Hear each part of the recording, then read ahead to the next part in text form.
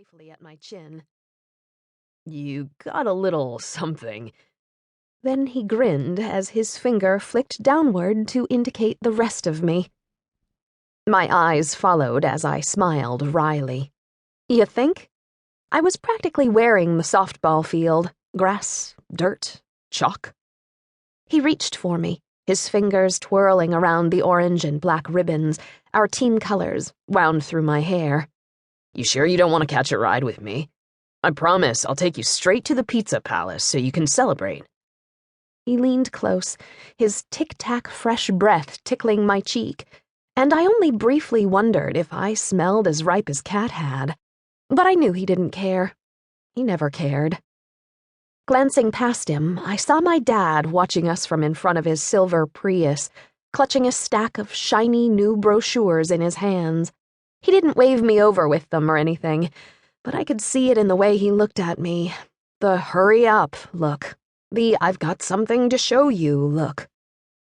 I closed my eyes before answering, but gave the only response I could. I pressed my cheek against Austin's, transferring some of my grime to him in the process. "How about you meet me there?" I leaned against him meaningfully. "We can celebrate later." My dad is probably my #1 fan. He could outshout any peppy cheerleader when we were winning, and could outscream any ump when I got a bad call. My dad was definitely a bigger fan than my mom, who often worked too late, like tonight, to make it to my games. Apparently, an escrow closing on a foreclosure was more important than your daughter's championship game. "You gave me some pamphlets," my dad announced from the front seat. Pouting might be immature, but every 16-year-old girl has mastered some form of it. The silent treatment, crocodile tears, eye-rolling, the fake nothing's wrong response. The list goes on and on. For me, it was sullenness. Not pretty, sure, but effective. Sullen sometimes forced a 16-year-old to banish herself to the back seat like a little girl. It was worth the payoff, I decided, as I avoided his eager gaze in the rearview mirror. But my #1 fan wasn't about to give up that easily. "It's a great school. Big Ten. He was talking full ride."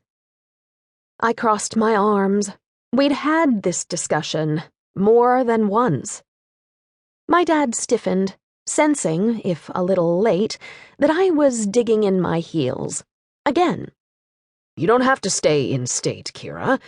You have more options than anyone else on that team. Hell, probably more than anyone else in this town.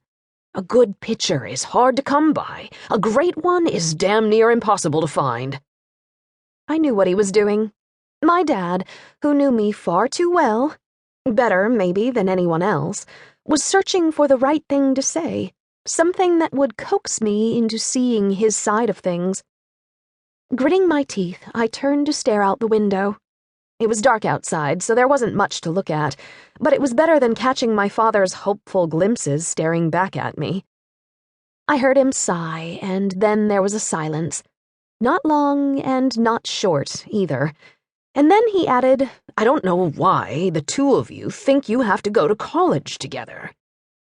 That was it. He definitely found my hot button.